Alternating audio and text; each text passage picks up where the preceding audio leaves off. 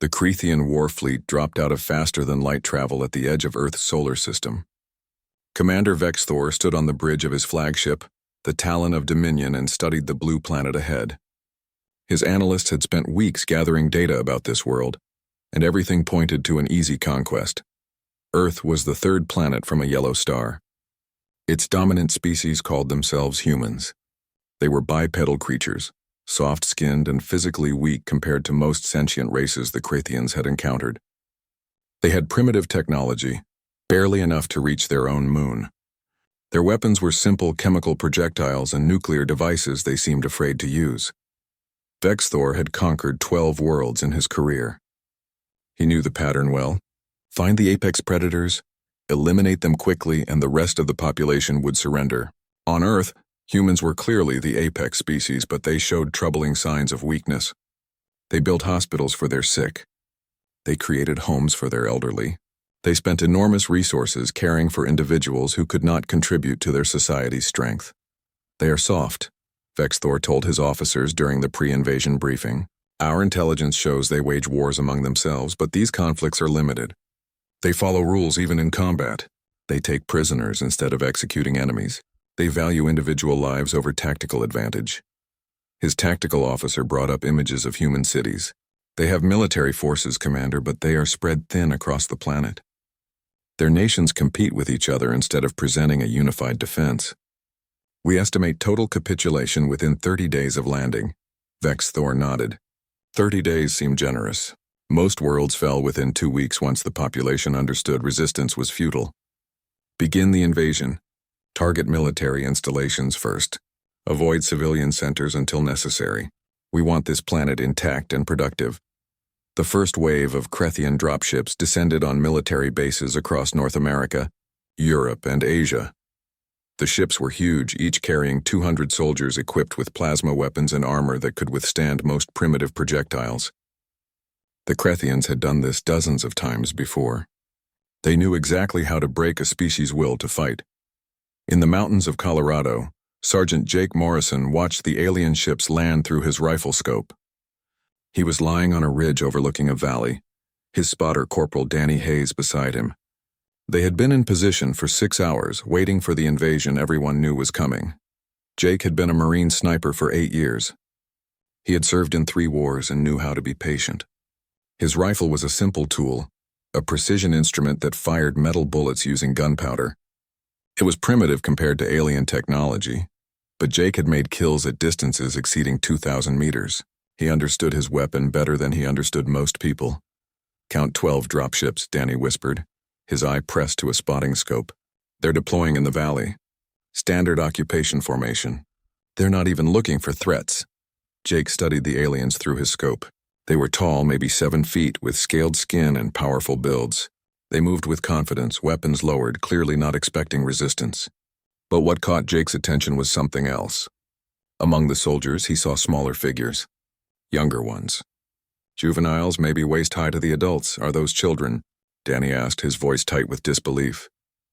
Jake watched as adult Cretheans led the young ones through the landing zone, pointing at the mountains and the nearby human settlement. They were teaching them, showing them what a conquered world looked like. The arrogance was stunning. The aliens were so confident in their victory that they had brought their offspring along to watch. They think we're already beaten, Jake said quietly. His finger moved to his rifle's trigger guard. They're treating this like a field trip. Danny adjusted his scope and began calling out targets. I've got 3 with gold insignia. Officers, looks like. They're surrounded by the young ones. Range is 1,800 meters. Wind is 3 miles per hour from the east. Temperature 45 degrees and dropping. Jake made minute adjustments to his scope. 1,800 meters was a difficult shot, but not impossible. He had made harder ones in Afghanistan. The key was patience, breathing control, and understanding ballistics. At this distance, he had to account for wind, gravity, even the rotation of the Earth itself. He keyed his radio. Command, this is Reaper 6. We have eyes on enemy landing zone. 12 dropships, estimated 400 hostiles. Officers are exposed. Request permission to engage. The response came back within seconds. General Hayes herself was on the line. Reaper 6, you are cleared to engage. Show them what happens when you invade Earth. All units are standing by for your signal. Jake took a breath and let it out slowly. Beside him, Danny had already identified the wind patterns and calculated the adjustments. They had worked together for 3 years and could communicate with barely a word. Target Alpha is the one with the double gold insignia, Danny said. He's showing something to 3 juveniles. Second officer is 10 meters to his left. Third is 20 meters right near the dropship. Jake centered his crosshairs on the first target's head. At this distance, a chest shot might not penetrate alien armor, but he was betting their heads were vulnerable. It was a cold calculation, but war had taught him that mercy got his fellow soldiers killed. On my mark, Jake said. 3, 2, 1, execute. His rifle kicked against his shoulder. The shot felt perfect. The kind where you know before the bullet arrives that it will hit. 1,800 meters away, the Crethean officer's head snapped back and he collapsed. The young aliens around him froze, not understanding what had happened. Danny was already firing. His target dropped a second later. Jake worked his rifle's bolt, chambered another round, and found his third target. The Cretheans were starting to react now, but they were confused. The sound of the shots took over 2 seconds to reach them, and they didn't know where the attack was coming from. Jake's third shot took down the final officer. Then he and Danny began targeting the regular soldiers. Cretheans fell as they scrambled for cover. The young ones were screaming high-pitched sounds that carried across the valley even at this distance. Reaper 6, this is Reaper 2. Jake's radio crackled. We have targets at the northern landing zone. Engaging now. Across the Rocky Mountains, a dozen Marine sniper teams opened fire simultaneously. The Cretheans had expected overwhelming force to paralyze the humans. Instead, they found themselves being picked apart by an enemy they couldn't see, using weapons they had dismissed as primitive. Jake and Danny fired for 10 minutes before the Cretheans finally located their position and began returning fire. Plasma bolts turned rocks into molten slag, but by then the Marines were already moving. They had practiced this drill 100 times. Shoot, displace, find a new position, shoot again. Displacement successful, Danny reported as they settled into their secondary position 800 meters away. Count 14 enemy down. The rest have taken cover in the dropships. Jake reloaded his rifle and scanned for new targets. The valley below was chaos. The Cretheans had thought this would be a simple occupation, a lesson for their young warriors about the glory of conquest.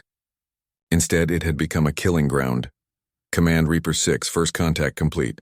Enemy has sustained casualties and retreated to their ships. No friendly losses. General Hayes's voice came back, grim satisfaction evident. Good work, Reaper 6. All units across the globe are reporting similar results. The aliens thought we would roll over. They're learning different. Hold your position and continue to engage targets of opportunity. Jake settled behind his rifle and watched the valley. More Crethean ships were landing now, these carrying heavy weapons and armored vehicles. The easy part was over. Now came the real war. But as Jake watched the aliens deploy their reinforcements, he thought about those young Cretheans who had come to see a conquered world. They had learned a lesson today, just not the one their elders had intended. They had learned that humans were not prey to be casually dominated. They had learned that underestimating Earth's defenders could be fatal.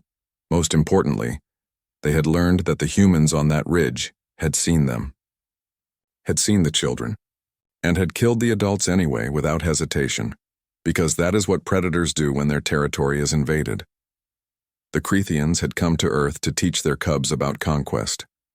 Instead, the cubs had learned about war, real war, the kind where humans would kill your leaders while your children watched, because protecting their own world mattered more than alien feelings. Jake chambered another round and waited. The invasion had just begun and he had a war to fight. General Crathnor received the reports from Earth with growing fury. 3 senior officers dead in the first hour of occupation. 14 soldiers killed, 23 wounded. The humans had struck from impossible distances with primitive kinetic weapons. It was humiliating, and humiliation demanded response. Crathnor had served in the Crethean military for 40 years. He had pacified rebellions on 6 worlds. He knew how to break a species' resistance. The key was overwhelming force applied without mercy. Show them that fighting back only brought more pain, and even the most stubborn species would eventually submit. I want 30 battalions deployed to the North American continent. Crathnor ordered his staff. Focus on the mountain regions where the attacks originated. Use heavy armor and air support. Destroy every human settlement within 100 kilometers of the landing zones. Make them understand that resistance brings only death. His logistics officer hesitated. General, that is a significant commitment of forces. It will leave other regions undermanned. The humans need to learn their place, Krathnor snapped. Once we crush this resistance, the rest of the planet will surrender. Deploy the forces immediately. The Krathian army moved through 3 mountain passes into Colorado. 30 battalions meant over 20,000 soldiers, supported by hover tanks and atmospheric fighters. It was enough force to conquer most civilized worlds. Krathnor led the advance personally, determined to erase the stain on Krathian honor. What Krathnor did not know was that Lieutenant Amy Carter had been watching his forces assemble through satellite surveillance. Amy worked from a command bunker deep inside Cheyenne Mountain, coordinating the defense of the entire region. She had studied military history at West Point, and one of her favorite subjects was asymmetric warfare, how small forces could defeat larger ones through superior tactics and knowledge of terrain. They're doing exactly what we predicted, Amy told her staff as she watched the Krathian columns enter the mountain passes. All 3 approaches are being used simultaneously. They're concentrating their forces instead of spreading them out. Colonel Frank Murphy, the senior officer in the bunker, studied the tactical display. They're following standard doctrine. Overwhelming force directly applied to the point of resistance. It works on open ground, but in mountains it makes them sitting ducks, Amy finished. She keyed her radio. All units, this is Mountain Home. Enemy forces are committed to the valleys. Execute Protocol Grizzly. Along the mountain passes, engineers who had been waiting in concealed positions pressed detonators. Explosives that had been carefully placed over the past week detonated in sequence. Thousands of tons of rock and earth cascaded down the mountainsides. Avalanches and rock slides sealed the passes, trapping the Krathian battalions in narrow valleys with steep walls on either side. General Krathnor watched in shock as mountains collapsed around his forces. His lead elements were buried under rock. His rear columns were cut off. In seconds, his carefully organized army was broken into isolated groups, trapped in kill zones with limited room to maneuver. Then the real attack began. From positions high on the valley walls, human anti-armor teams opened fire. The weapons were crude by Krathian standards, repurposed mining explosives and improvised rockets. But they worked. Hover tanks exploded as rockets struck their vulnerable undersides. Infantry fighting vehicles burned as shaped charges penetrated their armor. Captain Ryan Foster led his company down from their concealed positions. His soldiers moved through terrain the Krathians considered impassable, using ropes and climbing equipment to descend cliff faces that the aliens could not climb. They hit the trapped Krathian units from above and behind, striking hard and then withdrawing before reinforcements could respond. Ryan had grown up in these mountains. He knew every trail, every cave, every approach. His soldiers were mountain troops trained specifically for this kind of terrain. The Krathians had superior technology, but Ryan's people had home field advantage and they intended to use it. Third squad, hit the command vehicle and displace, Ryan ordered over his radio. First and second squads prepare ambush positions along the eastern ridge. Make them pay for every meter. The Krathians tried to organize a defense, but their formations were designed for open warfare. Packed into narrow valleys, their numerical advantage meant nothing. Their air support struggled to identify targets among the rocks and trees. Their heavy armor was immobilized by the difficult terrain. Jake Morrison and Danny Hayes were back on the ridge, doing what they did best.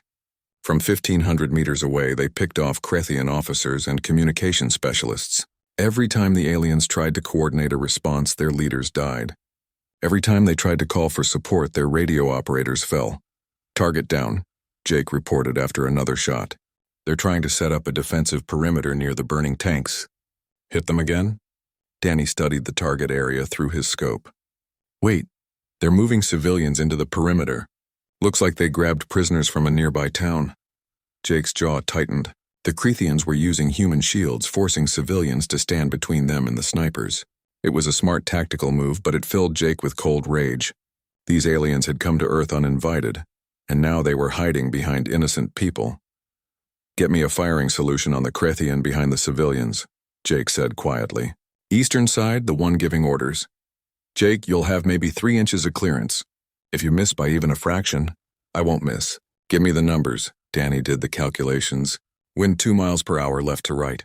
Target is moving. Wait for him to stop. You'll have one shot. Jake controlled his breathing and watched through his scope. The Krithian officer was directing his troops, occasionally stepping into view between the human prisoners. Jake waited, patient, calm. His finger rested lightly on the trigger. The Krithian paused, turning to look at something to his left.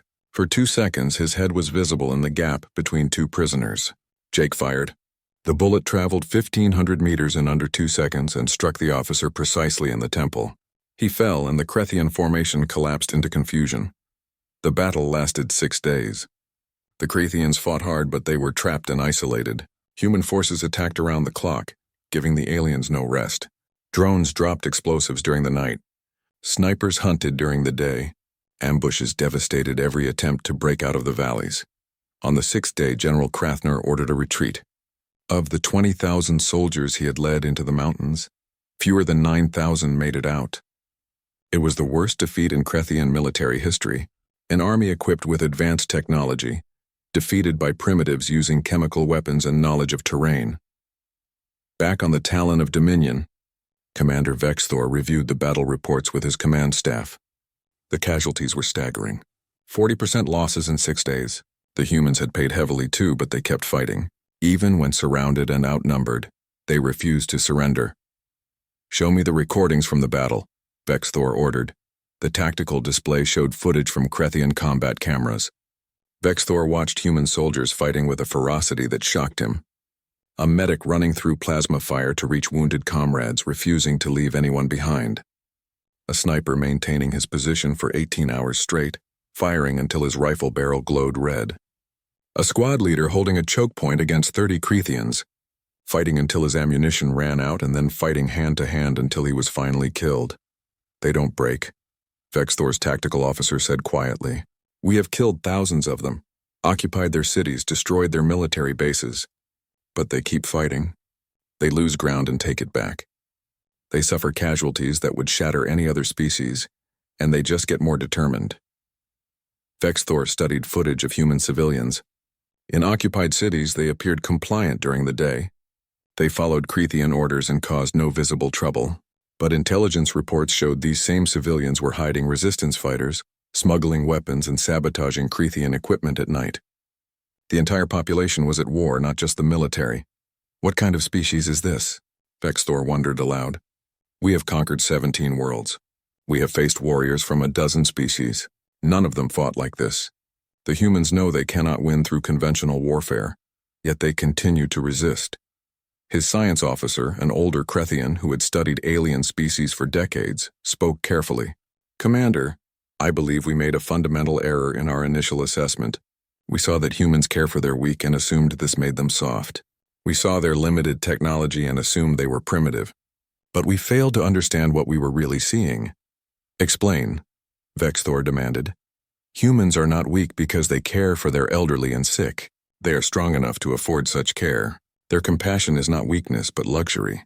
They can protect their vulnerable because they have no natural predators. They are the apex species of their world, not despite their compassion, but because they are deadly enough to choose when to show mercy." The science officer brought up images of Earth's ecosystem. "Look at their planet's history. Humans evolved as pursuit predators. They are not the strongest or fastest, but they are relentless. 6 months after the invasion began, the Krithian Empire controlled most of Earth's major cities and industrial centers. Their flag flew over London, Beijing, New York, and Moscow. Their checkpoints regulated movement between population centers. By any conventional measure, the occupation was successful. But the cost was becoming unbearable. Private Alan Reed crouched in the ruins of downtown Seattle, watching a Krithian patrol pass along the street below. He had been behind enemy lines for 3 weeks. Part of a resistance cell operating in the heart of occupied territory, the city was a ghost of its former self. Buildings stood empty, their windows broken. Streets were scarred by fighting. But the people remained, and they had not given up. Alan's squad lived in the sewers and subway tunnels, emerging only to strike at the occupiers. They were supplied by civilians who risked death to hide them. Old women smuggled ammunition in shopping bags. Children ran messages between cells. Store owners kept supplies hidden in their basements. The Creathians controlled the territory, but they did not control the people. Movement on the north side, whispered Corporal Lisa Morgan, the squad's scout. Looks like a supply convoy. 4 trucks, maybe 10 guards. Light security. Alan studied the target through his binoculars. Lisa was right. The Creathians were growing complacent again. They thought the occupation was stable, that the humans had accepted defeat. They were wrong. Chen, Travis, you're with Lisa. Hit the north side and make noise. Rest of us will breach from the east when they respond to you. Standard hit and run. We're gone in 3 minutes no matter what. The attack was textbook. Lisa's team opened fire from the north, drawing the Creathian guards toward them. Alan's team moved in from the east, using shaped charges to destroy the trucks. The supplies burned, ammunition cooked off in the flames, and the guards scrambled to respond. But by the time reinforcements arrived, the resistance fighters had vanished into the tunnels. It was a small victory, one of thousands happening across the planet every night. The Creathians could win every battle and still lose the war, because the humans refused to stop fighting. Every patrol faced ambushes. Every supply line was sabotaged. Every occupation soldier went to sleep wondering if he would wake up. On the Creathian homeworld, 50 light-years from Earth, the reports were causing serious concern among the Empire's leadership. The conquest of Earth had become a black hole, consuming resources and soldiers at an alarming rate. Worse, the stories from the front were spreading through the Empire, and they were not the triumphant tales of conquest that previous campaigns had produced. Young Creathian soldiers whispered about Earth in their barracks. They called it the graveyard world. They spoke of human snipers who could kill from distances that should be impossible. They told stories of resistance fighters who appeared out of nowhere, struck without warning, and vanished like smoke. They described a population that smiled politely during the day and killed occupation troops at night. The legend that frightened them most was simple but terrifying. Humans never forgive and never forget. You could defeat them in battle, occupy their cities, kill their soldiers, but they would remember. They would hunt you for years if necessary. They would smile at you while planning revenge. They were predators who understood patience. Lieutenant Marcus Webb had been on Earth for 4 months, stationed at a garrison in what had once been Denver. He was 19 years old, and he had volunteered for military service with dreams of glory and adventure. Earth had taught him about fear instead. His unit had lost 30% of its strength to resistance attacks. Soldiers disappeared on patrol. Vehicles exploded from hidden bombs. Snipers killed officers in broad daylight. The humans were everywhere and nowhere. You could never relax, never feel safe, because death could come at any moment. Marcus sat in the garrison mess hall eating rations that tasted like metal. Around him, other young Creathians talked in quiet voices. Nobody bragged about victories anymore. Nobody talked about conquering the humans. They just wanted to survive long enough to go home. "Did you hear about 3rd Platoon?" one soldier asked. "Entire patrol just vanished last night. 20 soldiers gone. They found the vehicles abandoned with all weapons missing. The humans took them," another soldier said. "They're using our own weapons against us now. Command doesn't want us to know, but the resistance is better armed every day. Every patrol we lose gives them more equipment." Marcus pushed his food around his tray. He thought about the young Creathians who had been at the initial landing, the ones who had come to see a conquered world. He wondered if they understood now what they had really seen. They had witnessed the beginning of a war that might never end. Back on the Talon of Dominion, Commander Vexthor met with Supreme Commander Thexral, who had traveled from the homeworld to assess the situation personally. Thexral was the most senior military leader in the Creathian Empire, a veteran of 30 campaigns. If anyone could solve the Earth problem, it should be him. "Show me the real numbers," Thexral ordered. "No politics, no optimistic projections. I want the truth." Vexthor brought up the casualty reports. "We have lost 46,000 soldiers in 6 months. That is more than our last 20 conquests combined.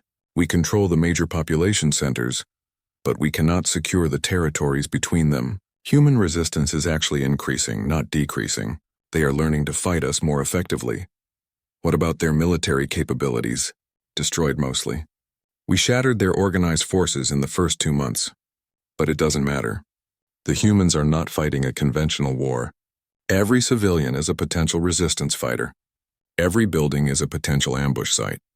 We cannot kill them all without destroying the planet's value, and even if we tried, They have nuclear weapons hidden in locations we cannot find. Thexrel studied the tactical maps. Red zones marked areas of active resistance. Yellow zones marked areas of passive resistance. There were almost no green zones indicating full Krethian control. Have you identified their leadership? Can we decapitate the resistance? There is no single leadership, Vexthor explained.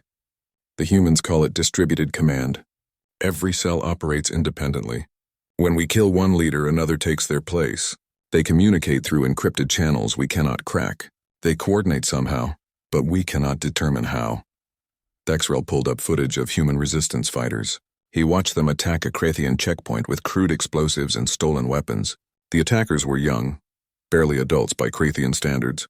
They fought with the intensity of cornered animals dying rather than surrendering. They are teaching their young to fight us, Thexrel observed. Not in military academies, but in the streets and tunnels. Every human who survives an engagement becomes a teacher for the next group. We are creating better soldiers with every battle. Yes, Supreme Commander, and they are learning our tactics, our weaknesses, our patterns. Every day they adapt and become more effective. Thexrel turned to face Vexthor directly. Tell me honestly, can we win this war? Vexthor was silent for a long moment. Define win. Can we exterminate the humans? Yes, if we commit enough resources. Can we occupy Earth indefinitely? No, the cost is too high. Can we force them to surrender? I do not believe so. They show no signs of breaking. Then we have three options, Thexrel said. We can commit to total extermination, which would require resources we need for other fronts. We can continue the current occupation and bleed slowly, or we can negotiate a withdrawal. The Empire has never withdrawn from a conquest, Vexthor protested. The political consequences would be severe. The political consequences of losing an entire army would be worse, Thexrel countered. And make no mistake, Vexthor, we are losing this war. Not quickly, not dramatically, but steadily. The humans are draining us dry, and they show no signs of stopping. Thexrel brought up intelligence reports on human technology development. Look at this. They are reverse engineering our weapons. They are studying our tactics. They are learning from every encounter. Right now, they cannot build faster than light ships. But in 5 years? 10 years? What happens when humans develop space travel and come looking for revenge? Vexthor felt a chill. He had read human history files. They were a vengeful species. They remembered grudges for generations. They had fought wars lasting decades over territorial disputes and old insults. If they developed the ability to reach Krethian worlds, they would come. And they would bring war. I want you to understand something, Thexrel continued. Every day we remain on Earth, we teach them how to fight us. We show them our technology. We train them in space combat by shooting down our own ships that they capture. We are creating the most dangerous enemy the Empire has ever faced, and we are doing it deliberately out of pride. What do you recommend, Supreme Commander? I recommend we open negotiations for withdrawal. Not because we are beaten, but because continuing serves no strategic purpose. Earth produces nothing we need. The human population is actively hostile. The occupation costs more than it returns. We should cut our losses and leave before the situation becomes worse. Vexthor considered this. The humans will see it as victory. They will tell stories about how they defeated the Krethian Empire. Other species will hear these stories. General Patricia Hayes commanded what remained of the United States military from a bunker complex, hidden deep in the Appalachian Mountains. For 8 months she had coordinated the resistance, transforming a defeated conventional army into a guerrilla force that bled the occupiers every single day. Now her communications officer had brought her something unexpected. The Krethians wanted to talk. Patricia read the message 3 times, looking for traps or tricks. The Krethian Supreme Commander was proposing negotiations for what they called a strategic redeployment. They wanted to withdraw their occupation forces in exchange for Earth agreeing to neutrality and trade agreements. They were offering to leave. They're calling it a redeployment, Colonel Frank Murphy said carefully. Not a surrender, not a defeat. Just a strategic adjustment. Patricia looked at the casualty reports on her desk. 3 million civilians dead. 800,000 military personnel killed or missing. 60 major cities damaged or destroyed. The cost of resistance had been staggering. But the Krethians had paid too. Intelligence estimated they had lost over 60,000 soldiers, with thousands more wounded or suffering from psychological trauma. They're losing, Patricia said. They won the conventional war in 6 weeks, but they're losing the occupation. Every day costs them soldiers and resources. They want to leave before the cost becomes unbearable. Should we let them? Frank asked. We could keep fighting. Eventually, we might drive them off completely. At what cost? Patricia challenged. How many more cities destroyed? How many more civilians dead? They're offering to leave. That's what we want. But they're not offering reparations. They're not apologizing. They're acting like this was all just a business decision that didn't work out. Ma'am, they invaded our world and killed millions of people. Do we just let them walk away? Patricia was quiet for a long moment. She thought about her son, killed in the first week of the invasion. She thought about the soldiers under her command who had been fighting for 8 months straight with no relief. She thought about the civilians hiding in basements and tunnels, terrified of alien patrols. Set up the meeting, Patricia ordered, but on our terms. We meet at the abandoned space station between Earth and Mars, neutral ground, and we bring representatives from every surviving nation. This is not an American negotiation. This is Earth negotiating with invaders. What are you planning, General? I'm planning to teach the Krethians a lesson about humans, Patricia said. They think this is a business transaction. They think they can invade a world, kill millions, and then just leave when it becomes inconvenient. I want them to understand exactly what they did, and I want them to remember it forever. 3 days later, Patricia stood in the conference room of Outpost Station 7. The station had been abandoned when the invasion began, its crew evacuated to Earth. Now it served as neutral ground for species that were still technically at war.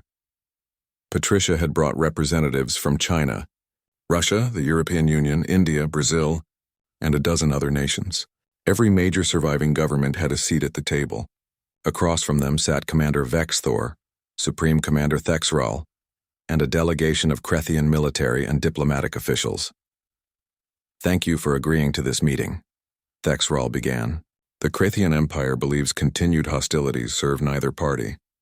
We propose a mutual cessation of violence and an orderly withdrawal of our forces from Earth. In exchange, we ask that Earth commit to neutrality in galactic affairs and agree to future trade relationships. Patricia let the words hang in the air for a moment. Then she leaned forward, her voice cold and precise. Let me make sure I understand your proposal. You invaded our world without provocation. You killed millions of our people. You destroyed our cities and tried to enslave our population. And now you want to leave, and in exchange we agree to pretend none of that happened and become your trading partners? We acknowledge the invasion caused regrettable casualties, a Krethian diplomat began. Regrettable casualties, Patricia repeated. Is that what you call 3 million dead civilians? Is that what you call the children who died when you bombed hospitals? The elderly who starved when you destroyed food distribution networks? Regrettable casualties. The Krethian diplomat shifted uncomfortably. Thexral raised a hand to silence him and spoke directly to Patricia. General Hayes, I understand your anger, but continued warfare will only cause more deaths on both sides. We are offering you peace. We are offering to leave your world. What more do you want? I want you to understand what you did, Patricia said. She activated a holographic display. These are casualty reports from your empire's previous conquests. 17 species, 17 victories. Combined losses across all those campaigns total approximately 12,000 Krethian soldiers. Do you know how many you've lost on Earth? The display changed to show Krethian casualty figures. 62,000 dead. Another 30,000 wounded. Nearly 100,000 suffering from combat stress and psychological disorders. We are one planet, Supreme Commander. One planet with primitive technology. And we have cost you more than your last 20 conquests combined. Thexeral's expression remained neutral, but Patricia saw his officers exchanging glances. The numbers were worse than they had admitted publicly. You came to Earth and brought your young to watch the conquest, Patricia continued. You wanted to teach them about victory and dominance. Instead, they learned about fear. They learned that there are species in this universe that will fight back, no matter the cost. They learned that underestimating your enemy can be fatal. She stood, walking around the table to face Thexeral directly. Here is what you need to understand about humans, Supreme Commander. We are not refusing your offer because we think we can win militarily. We both know continued warfare would devastate Earth. But we are also not going to accept your terms and pretend this was just an unfortunate misunderstanding. Patricia pulled up new images, destroyed Krethian vehicles, captured weapons, analyzed technology. For 8 months we have been studying your equipment. We have reverse-engineered your plasma weapons. We have analyzed your armor. We have captured your computer systems and broken your encryption. You came here to conquer us, but what you actually did was give us a complete education in advanced military technology. Are you threatening us? Vexthor asked quietly. I'm explaining reality, Patricia replied. Right now humans are stuck on one planet. We don't have faster-than-light travel. We can't reach your worlds. But in 5 years? 10 years? We will figure it out. And when we do, Supreme Commander, where do you think the first human ships will go? The room was silent. The Krethian delegation understood the implication. Humans would remember this invasion. They would develop space travel. And they would come looking for the empire that had attacked their homeworld. So here are our terms, Patricia said. Complete withdrawal of all Krethian forces from Earth and our solar system. Return of all prisoners and abducted civilians. Full technological compensation for damages, including working examples of your faster-than-light drives, medical technology, and industrial systems. And finally, a formal apology broadcast to your entire empire, acknowledging that you attacked Earth without provocation and were forced to withdraw. Those terms are unacceptable, a Krethian admiral protested. We have never paid reparations to a defeated species. You've never been defeated by a primitive species before either, Patricia countered. But you are now. Make no mistake, gentlemen. We are not accepting your withdrawal because you are stronger. We are allowing you to leave because we are strong enough to choose mercy. There is a significant difference, she returned to her seat. You have 48 hours to accept our terms. If you refuse, we continue this war. We will keep killing your soldiers. We will keep destroying your equipment. We will make every day of occupation cost you more than you can afford. And eventually you will leave anyway. But it will be after losing twice as many soldiers and gaining nothing. And if we accept, Thexrel asked, then you leave with your lives and whatever dignity you can salvage. You get to tell your people that you made a strategic decision to withdraw. You get to maintain the fiction that this was not a defeat. We will not contradict you publicly, though everyone will know the truth. The important thing is that you leave and you remember why you left. Patricia stood, her delegation rising with her. Think carefully, Supreme Commander. Your empire has existed for thousands of years. You have conquered dozens of worlds, but you have never faced a species like humans. We are patient. We are vengeful. And we never ever forget. You can leave now as trading partners, or you can stay and guarantee that humans will be your enemies for generations. Your choice. The human delegation left the conference room. Frank Murphy walked beside Patricia as they headed to their shuttle. Do you think they'll accept? They'll accept, Patricia said. They're smart enough to recognize reality. They came here expecting easy conquest and found a war they can't win. They'll take the exit we're offering because the alternative is worse. What about the technology demands? FTL drives? That could change everything for humanity. That's the point, Patricia said. They invaded us to conquer and exploit. Instead they are... 3 years after the Krethian withdrawal, Earth had transformed itself in ways that would have seemed impossible before the invasion. The war had forced humanity to unite, putting aside centuries of national conflicts and competing interests. What emerged from the ashes was a world government focused on a single goal, ensuring that no alien species would ever threaten Earth again. Commander Jake Morrison stood in the observation deck of the Earth Defense Force headquarters, watching construction crews work on the orbital defense platforms. His promotion from sergeant had come with the end of the war, recognition for actions on that first day when everything changed. Now he commanded the Special Operations Division, training soldiers who would protect not just Earth, but humanity's growing presence throughout the solar system. Below him, the training facility stretched for kilometers. Soldiers from every nation trained together, learning tactics that had been refined through 8 months of desperate fighting. The curriculum included everything Jake and his fellow veterans had learned about fighting a technologically superior enemy.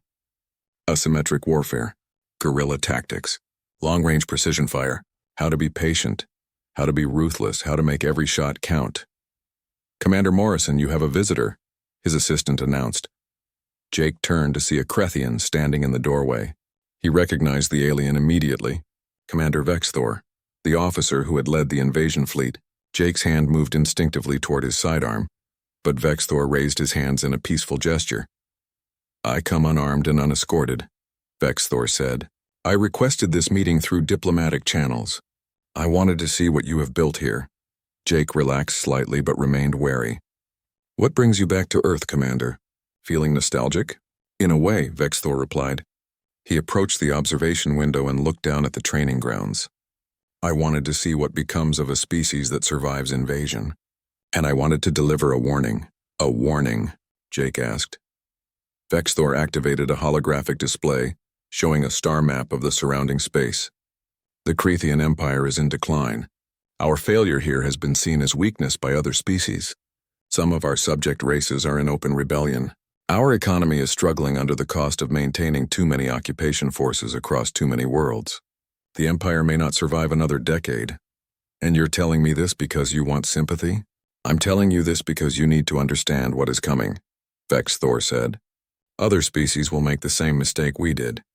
They will see Earth establishing colonies on Mars and the outer moons.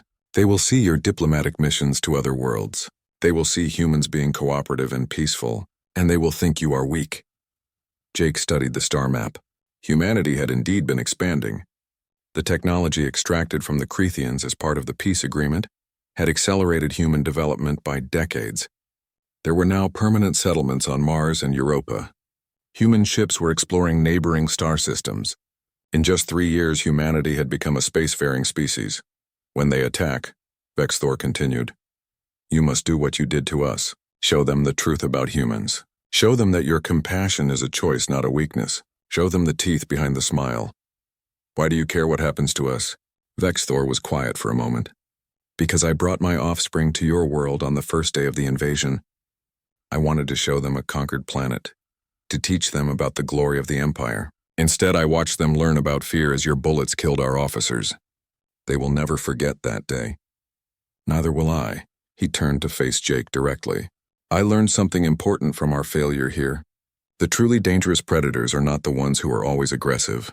They are the ones who choose when to show mercy.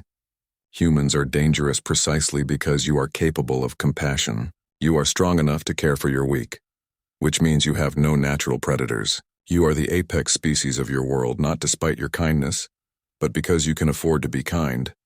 Jake considered this. He thought about the war, about the decisions he had made. Every shot he had taken had been calculated. Every attack had been measured. The humans had not fought with mindless rage.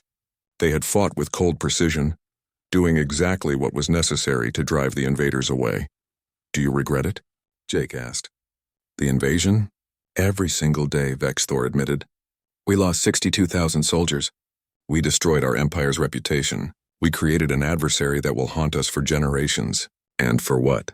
Earth produces nothing we could not get elsewhere. The entire campaign was driven by pride and the assumption that conquest would be easy. He paused, his alien features showing something that might have been respect or fear. But I am grateful for one thing. I am grateful that you showed restraint. When we retreated, you could have pursued. You had captured enough of our technology to build weapons that could reach our homeworld. You could have turned this into a war of extermination. You chose not to. We're not monsters, Jake said. We just protect what's ours.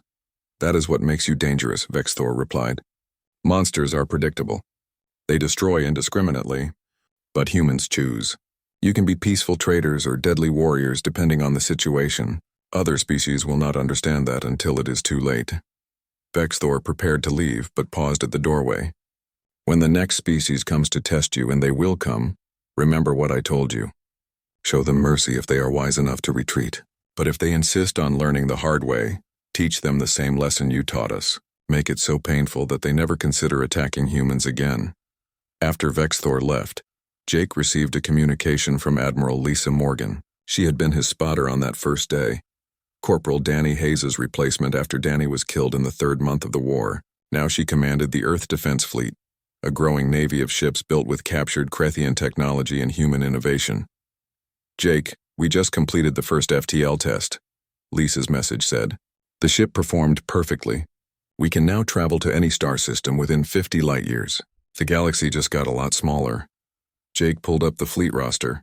Humanity now had 12 capital ships, 40 destroyers, and hundreds of smaller craft. The orbital defense platforms could destroy incoming ships before they reached the moon. Earth's military had transformed from a defeated ground force into a power that could defend the entire solar system. But Jake also saw the memorial wall in the headquarters building. 3 million civilians, 800,000 soldiers, cities destroyed, families shattered. Victory had not been free. It had been purchased with blood and suffering and loss. His assistant brought him the day's briefing materials. Intelligence reports about alien species in nearby systems. Diplomatic updates from human missions to other worlds. Trade negotiations. Cultural exchanges. Humanity was becoming part of the galactic community, learning about dozens of species and civilizations. "Commander, you're scheduled to address the new recruit class in an hour," his assistant reminded him. Jake nodded and headed to the auditorium. 2,000 young soldiers waited, eager to hear from one of the veterans who had fought in the war. They had grown up during the occupation, seen their world invaded, and now they wanted to be part of the force that would prevent it from happening again. Jake stood at the podium and looked at the young faces before him.